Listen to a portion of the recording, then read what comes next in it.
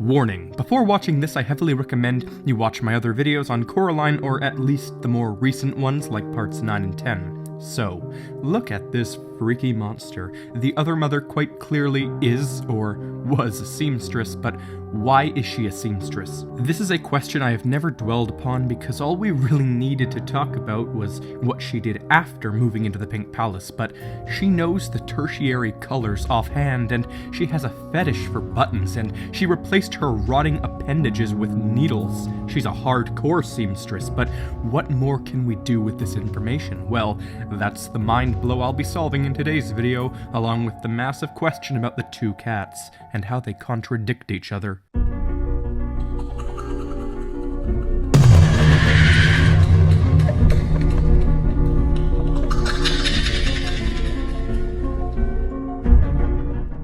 Hello, I'm the Theorizer, and I'm still a bit sick from when I got sick before, so you can probably hear it in my voice. Anyways, as I said in parts 9 and 10, there are two cats, not one.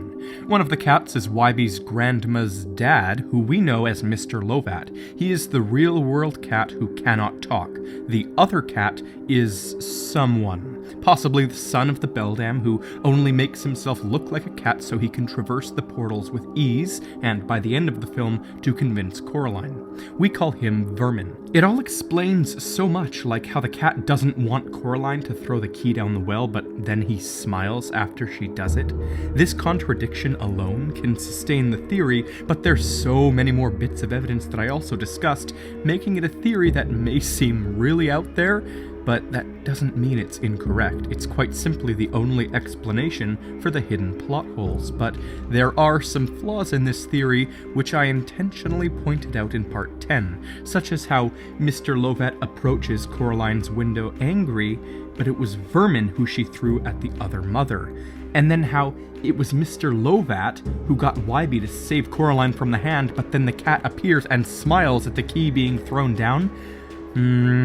Also, when Coraline enters the portal for the final time, the cat stops, shakes his head, and suddenly has the ability to speak as if he's snapped out of being a normal cat. These contradictions are very minor and pale in comparison to the contradictions of there only being one cat, but these theory flaws still remain. So, since February, I have been writing out a list of possibilities that alter my theory.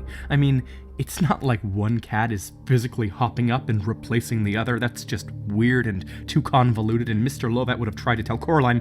No, it has to be something that involves Mr. Lovat not knowing he's being changed. And they do change in an instant, which is why there is only one remaining explanation that, while incredibly convoluted, does in fact explain literally every plot hole away. The only remaining possibility that allows this film to function without plot holes, I kid you not, is that there is one cat, but two souls. I know, it sounds crazy, but it is the only explanation. The other possibility is that this film is simply riddled with tiny plot holes, but that route is no fun, and we also know it can't be the case because of the amount of work that's gone into this film. They accurately got the phone number area codes right, the license plate codes, it's ridiculous. If it sounds convoluted, believe me, it is not. The filmmakers of Coraline do exactly this kind of thing constantly. One cat, two spirits inside of it, Mr. Lovat and Vermin.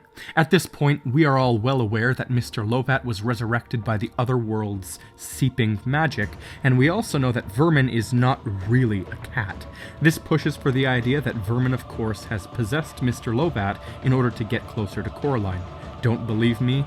I don't blame you. This is incredibly deep into the lore, deeper than I've ever delved before, and we're not even to the seamstress's backstory yet, but I do think I have some more evidence for this shared body theory. In fact, my evidence is actually one of the points that used to be a contradiction: the shaking head. This shaking head is not the cat gaining the ability to speak from the portal, but rather him switching into vermin form so that he can lure Coraline into the concept of playing a game with the beldam. This actually makes more sense than it being from him gaining the ability to speak. I mean, what would shake someone up more? Speaking ability or literal personality shift? He ends up switching back to Lovat due to shock when Coraline throws him at the beldam, at which point he stops talking down and starts making only cat noises as he rips out the beldam's eyes. Holy crap, that's a neat detail I just noticed now.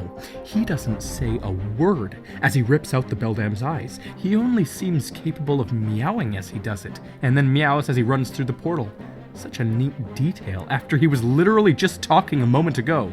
Only explanation for this. I'm sorry if it's convoluted, but it's the only possible explanation.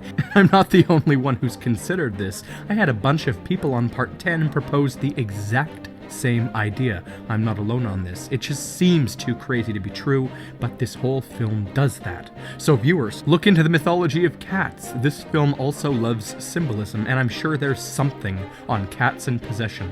You guys are really good at this kind of thing. After all, it was you who proved my portal theory when you told me about the fairy ring. And once again, there's also the possibility that Vermin is not even the beldam's son, and is in fact the original spirit of the other world who lured the beldam down the well and corrupted her because he wanted to play an entertaining game, but I'll get back to that in a sec. So now onto the beldam, the Seamstress. We know she is not a legitimate spider, but she's clearly a fan of them because of how they are incredibly symbolic of a seamstress, elegantly weaving patterns and materials.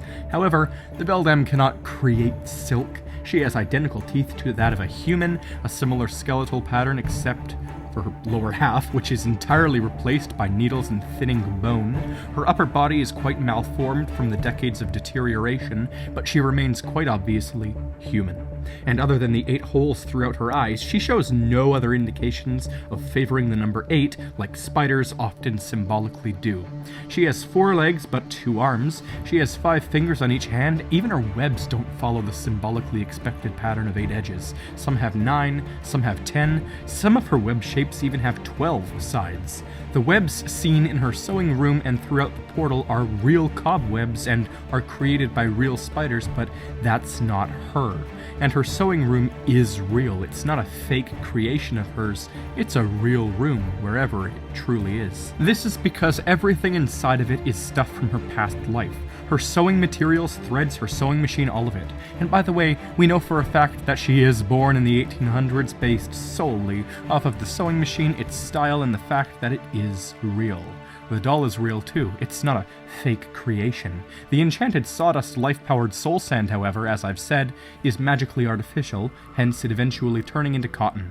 This room appears to be an attic, a very old one, with an almost triangular ceiling. An attic room that seems to have been built a very long time ago for the beldam. The ground is simply wooden planks, something indicative of very old times. The wallpaper is something old as well. Wallpaper was popularized around 1800, once again proving how she was born in the mid-1800s. The mats on the floor appear to almost be old skins of animals, further implying that this room is all that's left of her past life from the old world of furs and pioneering.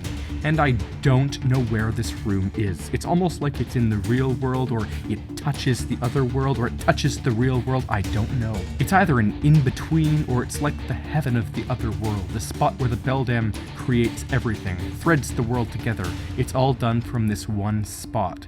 It's like a place above the other world, a completely separate location, one that I feel has very close ties to the real world, if not actually being in it. But it's old. Many of her buttons are mysteriously broken down, and she's old. Her main dress has clear signs of rats having bitten the edges over time. Cool to note is that the sewing room has green light like the study, even according to the literal script, so it must be tied to the study perhaps? I don't know, but these rooms I have constantly compared. Another question is the dungeon an actual place? The answer is I don't know. This video has a constantly shifting focus, but that's something we can discuss later because I don't have much evidence for it being real or fake, so I'll just hold off. But quite clearly the beldam was a seamstress. I have this feeling that the beldam had a clothing store or something, but the store we see in the movie was a renovated version of it. She does very observantly know the exact kind of gloves Coraline wants, and this clothing store and its establishment date seems to be a focus the movie has for some reason. but the dates are all screwy, meaning it would need to be a renovation when they moved new stores in. After all, the building would have been vacated after the Beldam's disappearance. According to the film's script, the tunnel to the other world has little toys and clothes in it because of the other kids who tried to escape. And this is a neat little tidbit of info, as it explains why we see such things as shoes of the ghost kids, some of their supposed toys, a dead freaking rat with red eyes, and right next to the otherworld door, we see, yes, the blue boy's outfit flipped inside out. That, or it's just quite faded, or it's just the lighting, but that pattern is undeniably familiar. And this is stop motion animation. The filmmakers would have had to physically create the shirt that they drew on the boy. Well, that outright proves it. The blue boy was a victim. A victim totally annihilated, as we've established. Gone from the dungeon, perhaps never even having gone there. Weird little other things can be seen too. A glowing orb turns into what looks like a rotting child's body morphed into the side of the wall, but that could really be anything if you look at it hard enough. Speaking of the portal though, something I believe I've brought up before is how the books describe the portal as a moving, breathing, warm, fluffy thing, which later becomes moist and hot like a mouth, and ancient, far older than the Beldam. The books also claim it is conscious, almost like it's something's esophagus, I'd say, which is interesting, to say the very least. I strongly believe it's because it has ties to the well, and some of the other qualities of the well tunnel are attributed to the portal. Basically, all accesses to the other world and the other world itself, even if morphed and portalized and altered by the Beldam, is old, and as I've been saying, is also alive. This is what further pushes me to assume that something is possessing Mr. Lovat the cat. I've been saying Vermin is the other mother's son, but really, it could be even just the Beldam, or, as I've really been hinting, the spirit of the other world. That enormous alien monster, the true villain, the one responsible for the Beldam being lured into the world and being corrupted. It feeds off of its own inhabitants, hence why the Beldam deteriorated at all. Now that's a bit mind-blowing, and may even be my main route. It makes a little more sense than the Beldam's son, since the only evidence I had for that was that the Beldam is very motherly and understands children on a very deep level. I don't even know, maybe the other world is the thing that turned her into a spider figure. It would explain why there's cobwebs all over the tunnel. If that's a part of something living and it's got cobwebs inside of it, maybe it is what turned her into a spider figure, because its theme is to do with spiders. Finally, the grandma is evil, but not in the way you think. YB feels hesitant about talking to Coraline about the missing children or the history of the Pink Palace because his grandma has specifically told him to tell Coraline nothing.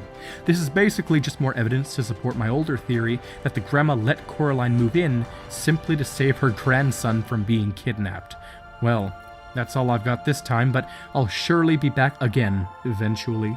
This video established a hell of a lot and explained lots of plot holes throughout my past videos. I hope you liked it. I'm the Theorizer. Subscribe.